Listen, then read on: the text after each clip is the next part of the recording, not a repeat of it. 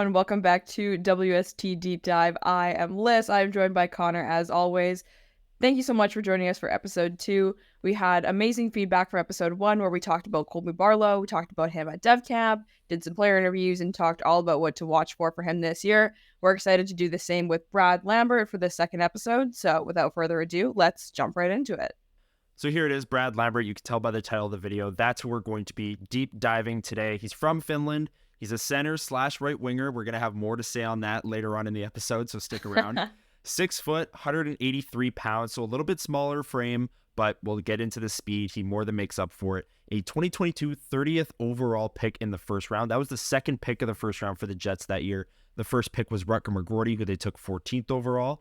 The second pick they got from the Andrew Kopp trade, which continues to be one of Cheveldayoff's best because of Lambert.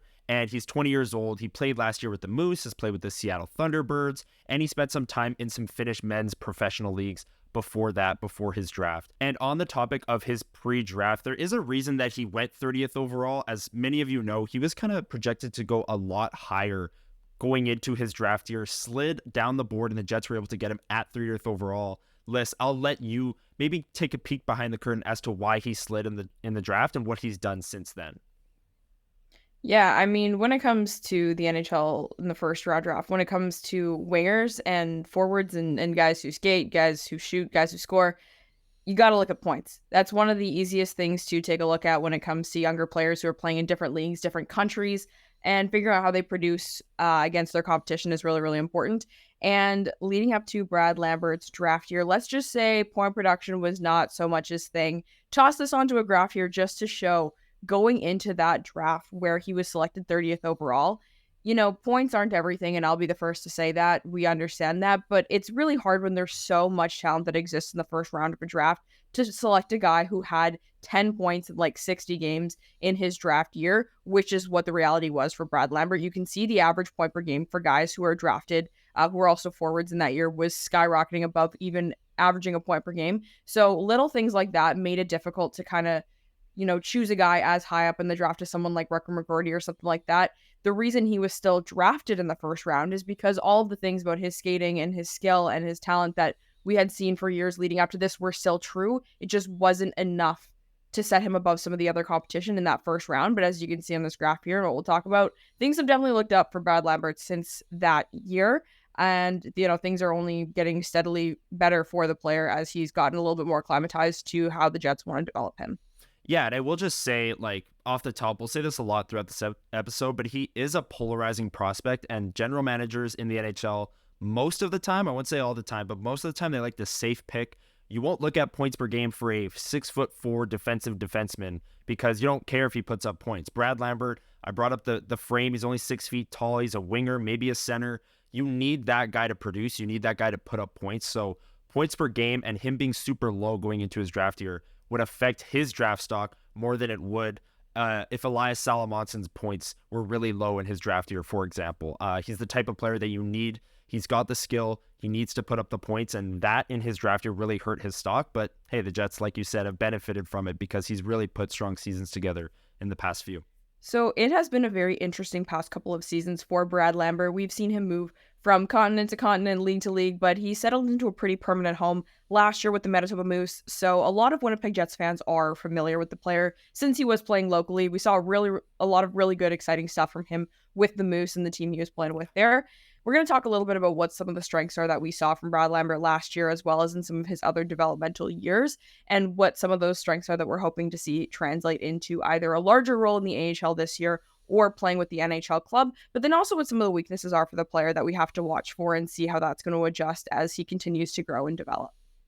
And here's a clip we were able to gather from Dev Camp where, the first time you watch Brad Lambert, whether it's with the Moose, whether it's with the Seattle Thunderbirds, any level of hockey that he's played so far, it's the speed. That is his biggest strength, the way he's able to fly down the ice. Here in this clip, he takes the pass just in front of his own net as he's circling kind of under his own goal line, and then goes the length of the ice, makes multiple defenders miss, and then even gets a clean shot away on the goaltender. This is the speed.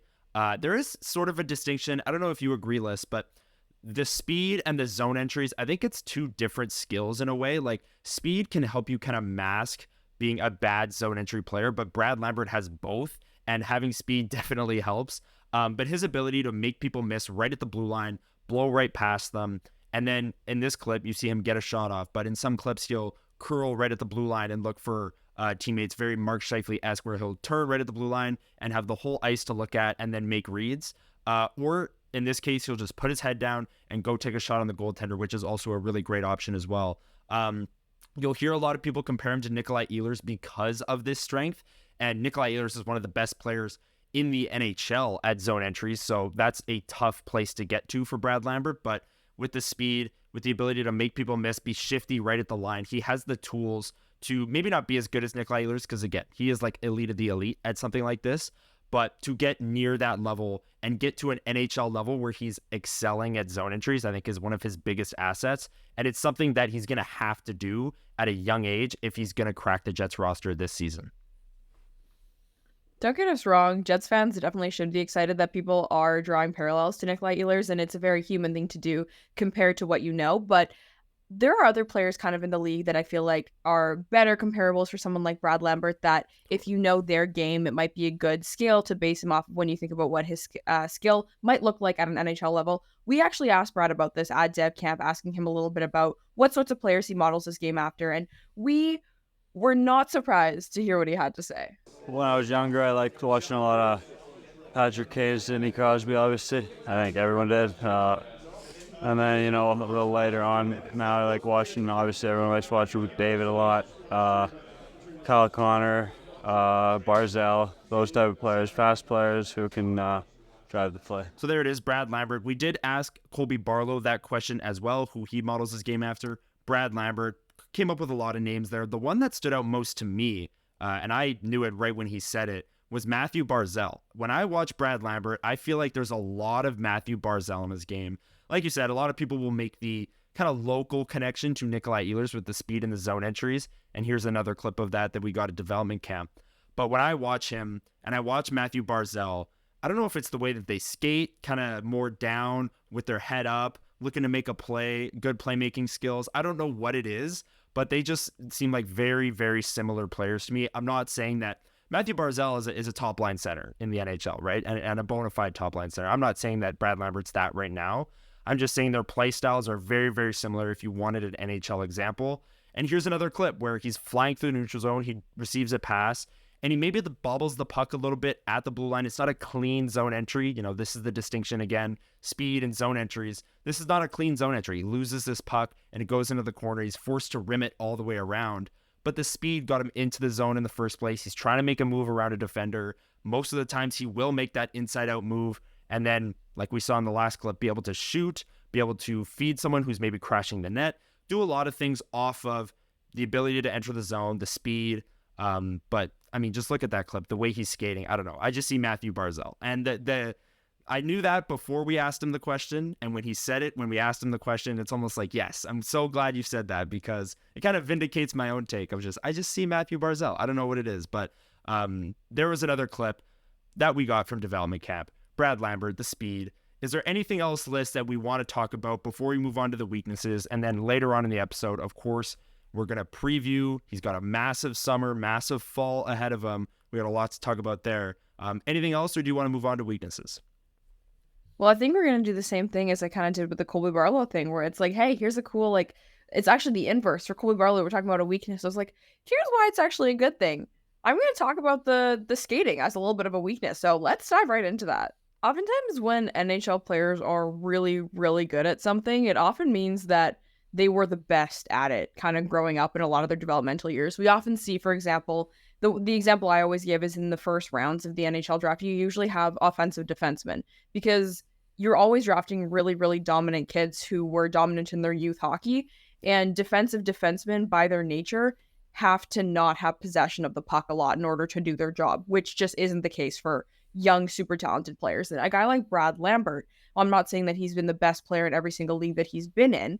He has a skill set where, obviously, like we've talked about, the speed is a huge, huge, huge asset for his game. It's a huge selling factor for the player.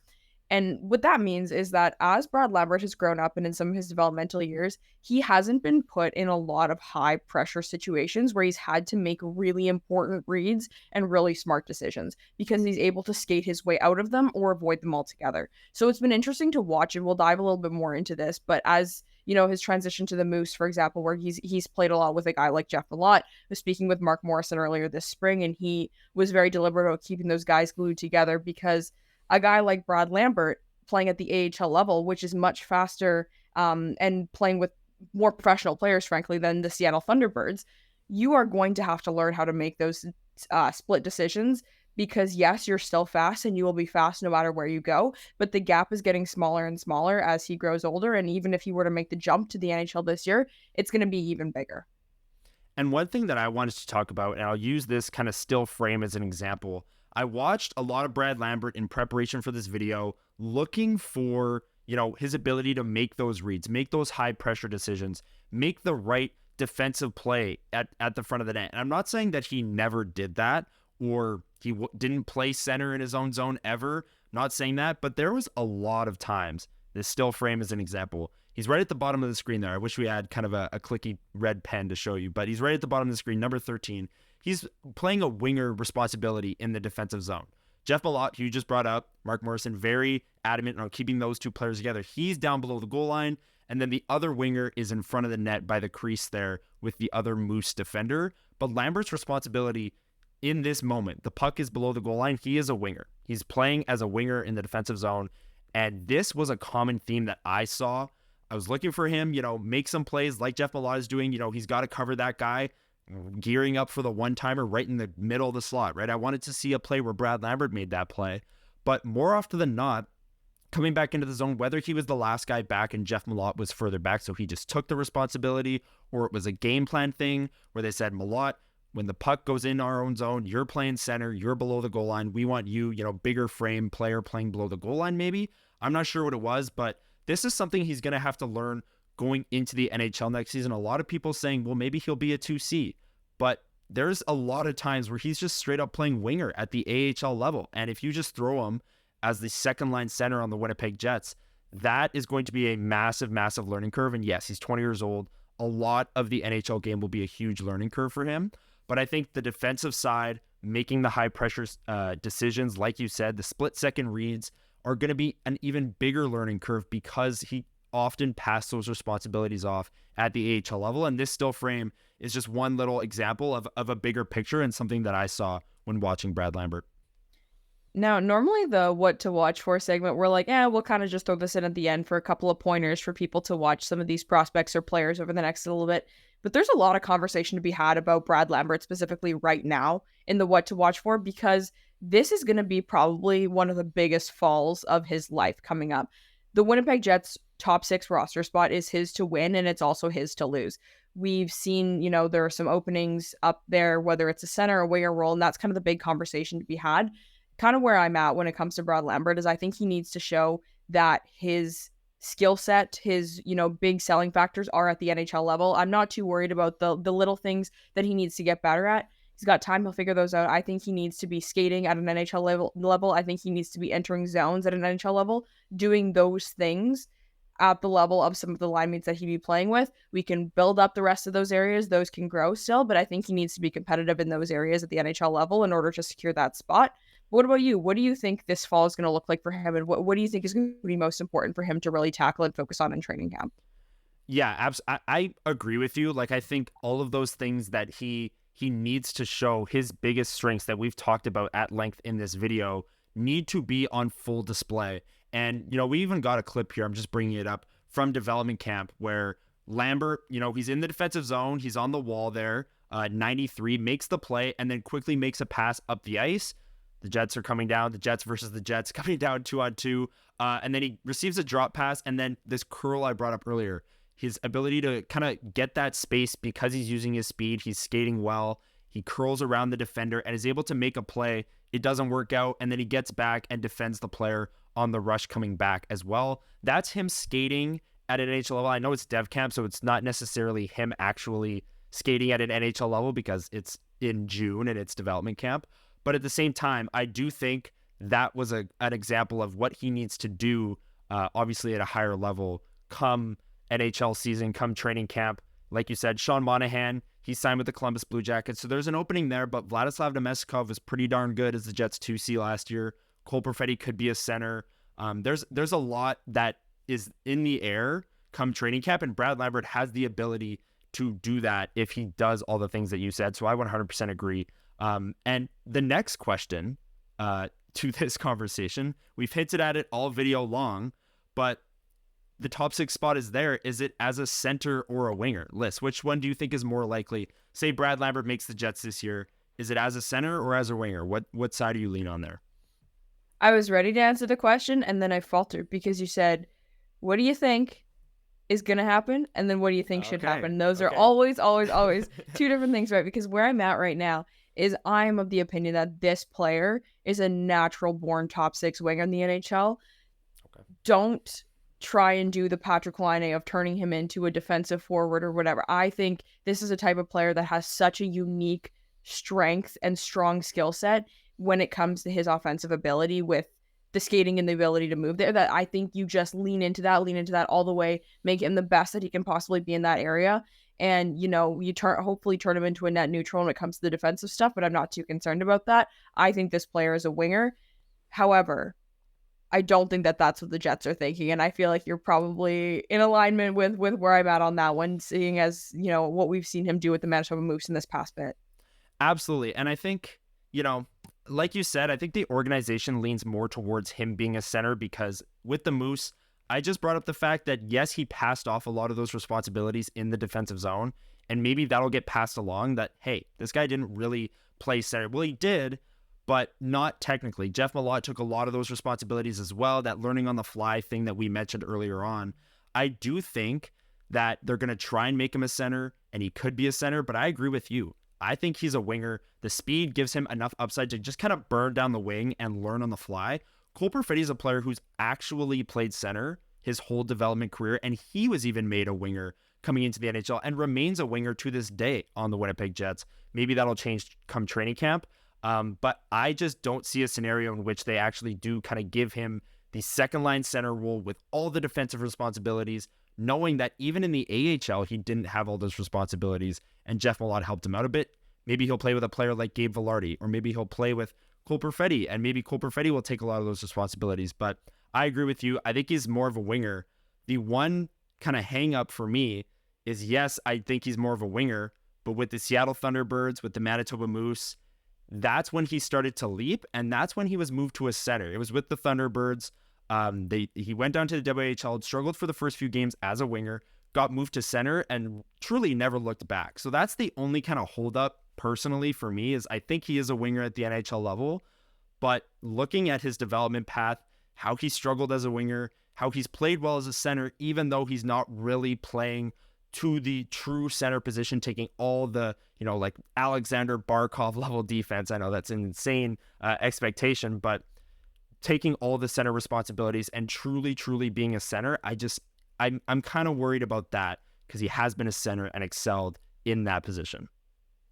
I think what Jets fans should be looking for is for him to get a little bit of a crack at both. Obviously, you need some runway time to get things figured out. I don't think anyone should be really set on him being one thing or another. Obviously, as you could tell by what I said, I have a pretty strong hypothesis that I think that he is going to see more success as a winger at the NHL level. Mm-hmm. But again, it's not an opinion of I want him to in that area. That's just what I think. So we'll see what happens. And, I personally love polarizing players. I love guys who are top 100th percentile at one thing and 0th percentile at the other. I think they're so fun. I think they're hilarious. They're awesome to watch thrive in scenarios. And it's super fun to see how lineups manage them and their skill sets and how they're able to kind of hide their deficiencies a little bit. So it'll be interesting to see. Centers are harder to hide, so that's why I lean away from that, where I think it'll have more success on the walls there. But it'll be really interesting to see where the Winnipeg Jets find a fit for him, and I think it's also going to matter who he's playing with too, not just where he's playing. good line mates, if he's got two good forwards playing with him, I think he'll be able to manage kind of regardless of whether it's longer leashes in the middle or on the wing. And hey, if he's playing with someone like Cole Perfetti who does a little bit of both as well, maybe it's the sort of thing where depending on the situation you're in, depending on where the faceoff is, depending on who's carrying the puck out, you do a little bit of role flip-flopping. Who knows? It'll be really interesting to see what they come up with. Yeah, and what's one more polarizing player? I mean, I'd love to see Brad Lambert. I think he definitely gets NHL games this year. Maybe not on opening night on October 9th against the Edmonton Oilers, going up against Leon Draisaitl in that 2C role. Like, let's pump the brakes on that a little bit. But I think in the 2024-25 season, we will see Brad Lambert play games as a Winnipeg Jet. And I'm really excited for that because, like you said, there's lots of polarizing players on the Jets now. I mean, you've got all these young players, young talent that could make the roster this year, could make for a really fun year, and Brad Lambert's at the center of it all. And that's going to do it for the second episode of WST Deep Dive. If you didn't check out episode 1, Colby Barlow, go check it out. We did a lot of preparation for that one, as we did this one, and I can say with full confidence, the second episode was just as fun to record as the first one. Go check out the first one. As for the second one, if you enjoyed the video, hit the like, the subscribe, and the notification bell so you don't miss videos like this. In the future, we've got a lot of great content planned on the WST YouTube channel in the coming months, so stay tuned for that. And drop a comment below. We just had kind of a mini debate there. What do you think Brad Lambert will be, whether it's at the start of the season, during the season? Do you think is more likely to be a center or a winger? We want to hear your thoughts below. And as always, we are open to conversations. If there's something you think we missed, a big strength of his that you really enjoy, or a weakness you think we missed, let us know in the comments below. We are all ears, and we're here for enabling smarter hockey conversations. Lyss, anything else on the way out of episode 2? Yeah, I mean, super fun as always, and we're looking forward to chatting about more players as the season goes on.